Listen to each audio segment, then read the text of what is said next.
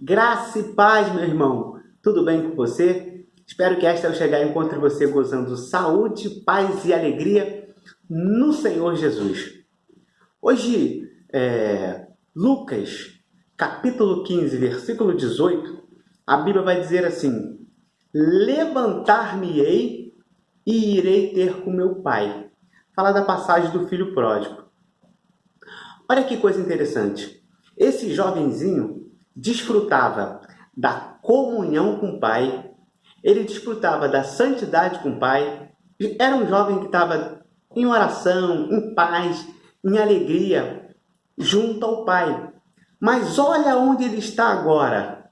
Ele está agora junto aos porcos, comendo com porcos, convivendo com porcos. Olha os dois extremos. Ele estava com o pai, mas agora está com os porcos. Essa é a situação dele. E o que acontece? Por que o camarada se perde tanto assim?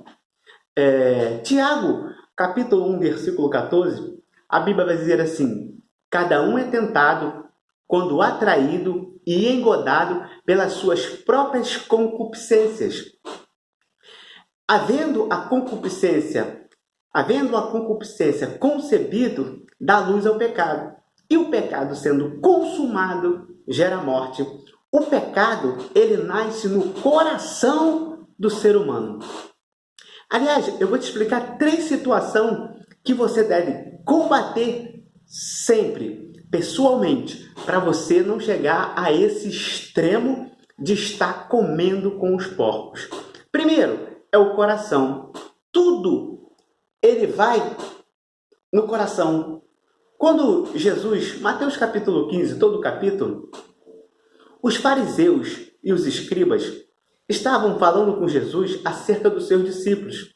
Eles estavam dizendo que os discípulos estavam comendo com as mãos sujas, que isso era contrário à tradição. E Jesus explicou que não havia uma importância tanto assim de comer com a mão suja, porque o que contamina o homem não é o que entra, mas o que sai. E depois Jesus explicando isso para os seus discípulos, ele disse: o que entra é lançado ao ventre e lançado fora, mas o que sai procede do coração, que é maus pensamentos, adultério, prostituição, assassinato, furto, roubo, fofoca, etc, etc.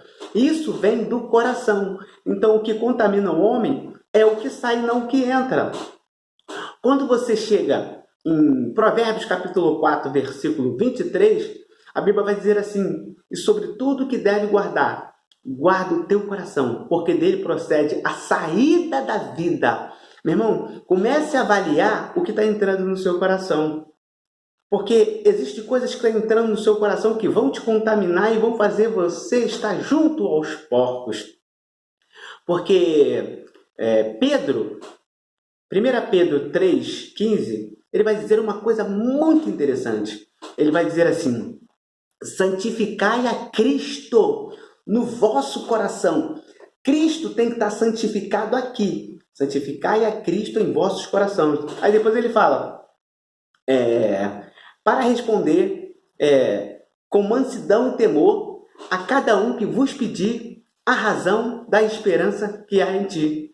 Irmão, para responder a cada um que vos pedir a razão da esperança que há em ti. Você pode estar passando por qualquer tipo de problema, por qualquer dificuldade, por qualquer tribulação, por qualquer angústia.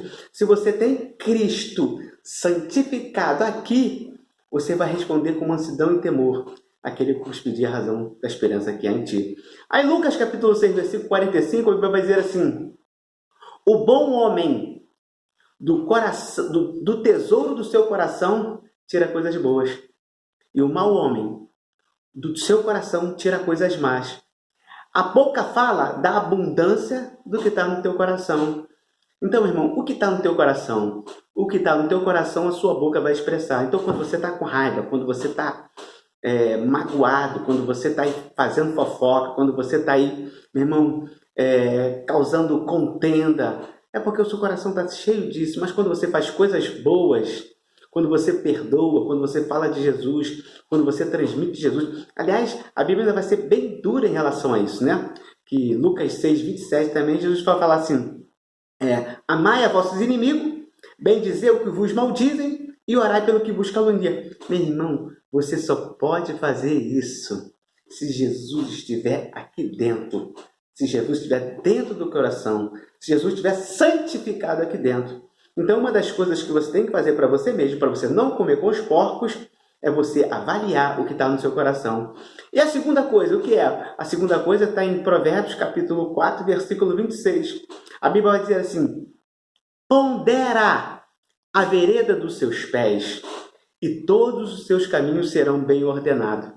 Não te desvie nem para a esquerda e nem para a direita. Retira o teu pé do mal. A palavra pondera vem do verbo ponderar, que significa que você tem que matutar, raciocinar, direcionar, pensar, meditar, avaliar, analisar, refletir, mencionar, questionar a sua caminhada, aonde você está indo. Pondera a vereda dos seus pés. Ele está falando para você, para mim. Nós devemos ponderar a vereda do meu. Para onde você está caminhando, meu irmão? Para onde você está indo? Talvez você, jovenzinho, recebeu um convite para ir a um lugar na madrugada, mas o seu pai não pode saber, a sua mãe não pode saber, o seu pastor não pode saber. Você tem que ponderar isso. Espera aí, como é que é uma coisa boa que alguém está me chamando? Meus pais, meu pastor, as pessoas que me amam não podem saber. Meu irmão, isso é laço. Pondere esse tipo de caminho, pondere esse tipo de convite, pondere esse tipo de promoção que você vai ganhar no teu trabalho, na sua empresa, e que você vai derrubar alguém, que você vai trapacear alguém. Pondera você, ei pai, isso não é de Deus. Eu não quero esse tipo de coisa. Começa a ponderar. Você tem que ponderar o seu caminho. É o que a Bíblia está dizendo. Pondera esses caminhos. A Bíblia vai dizer, Provérbios 14, 12. Há caminhos que ao homem parece direito, mas o seu fim são caminhos de morte. Olha que coisa interessante. Há caminhos, um homem parece direito, quer dizer, um caminho paralelo. Se Jesus disse assim, João 14,6, eu sou o caminho, a verdade e a vida, e ninguém vem ao Pai a não ser por mim. Se Jesus é o caminho, existe um caminho paralelo, todo enfeitado, cheio de flores, para te atrair, para te pegar, e tu diz, ei, esse caminho aqui também é bom. Não, eu vou seguir esse caminho aqui. Está todo enfeitado, todo lindo, todo bonito.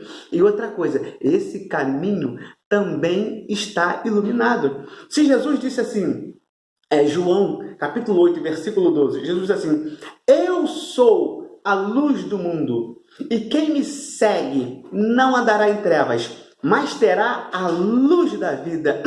Aí o que acontece? O diabo também é luz. 2 Coríntios capítulo 11, versículo 14, a Bíblia vai dizer assim, não é de se admirar, pois o próprio Satanás se transfigura em anjo de luz. Então, meu irmão, existe um caminho que parece direito, e se Jesus é o caminho, né, que leva à vida eterna, o diabo também, meu irmão, ele coloca a sua luz para brilhar nesse caminho aqui. E muitos estão se enveredando por esse caminho. E a Bíblia dá exemplo disso.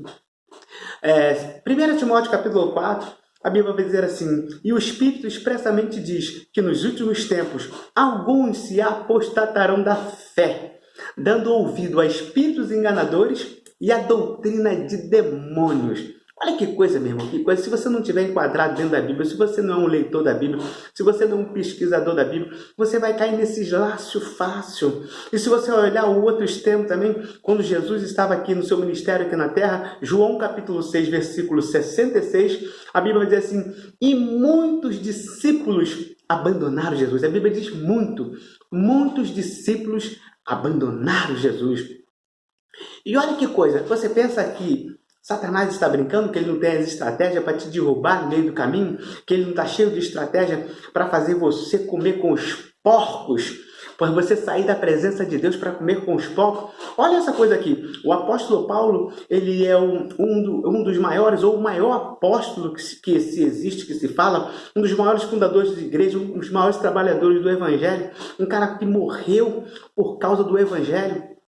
O apóstolo Paulo, quando ele chega em 2 Timóteo capítulo 4, versículo 10, ele vai dizer assim, Demas me abandonou, amando o presente século. Século aqui não é um espaço de 100 anos. Século aqui é o mundo. Século aqui é o sistema do mundo. Quando Paulo fala desse homem, de Demas, Colossenses capítulo 4, versículo 14, Paulo vai dizer que Demas era o seu cooperador. Olha só que palavra é essa. Paulo faz elogio a esse camarada, que ele era um cooperador de mesmo.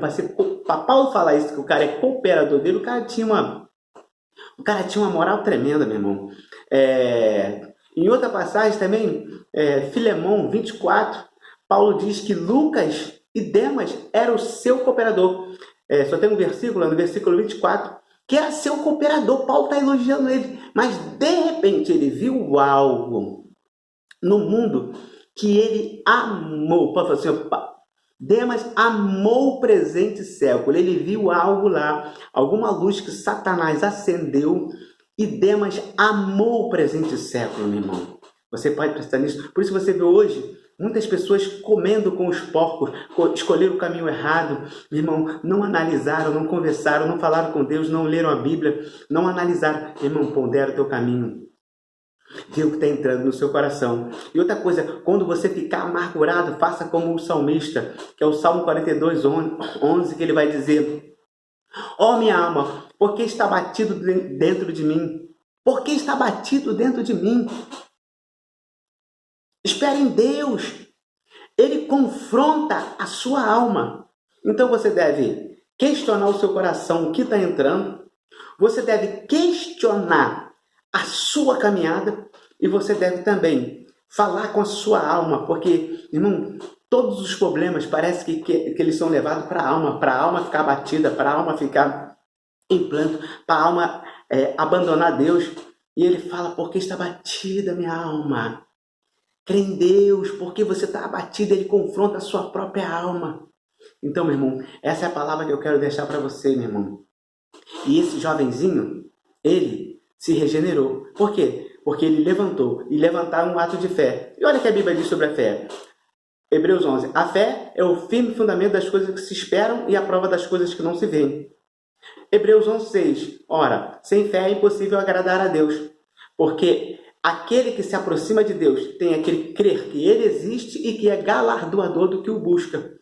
Aí o tremendo que a sua fé pode fazer está em Hebreus capítulo 11, versículo, a partir do 32, que ele vai dizer assim: me faltaria tempo de falar de Gideão, Baraque, Sansão, Jefté, Davi, Samuel e os outros profetas, o qual por meio da fé venceram o reino, alcançaram promessa, fizeram justiça, fecharam a boca dos leões, apagaram a força do fogo, escaparam ao fio da espada, da fraqueza tiraram força, se tornaram poderosos na batalha e puseram em fuga exército inimigo.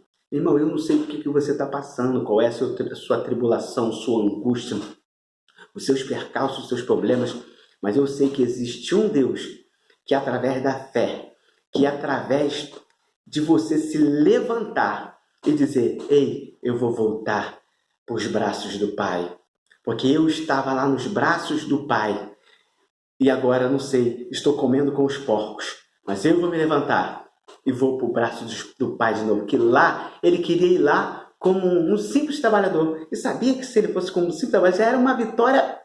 Mas Deus tem coisa melhor para você. Deus quer te exaltar, te levantar nesse dia. Então, meu irmão, um abraço, um beijo no seu coração, e que Deus muito abençoe o teu dia.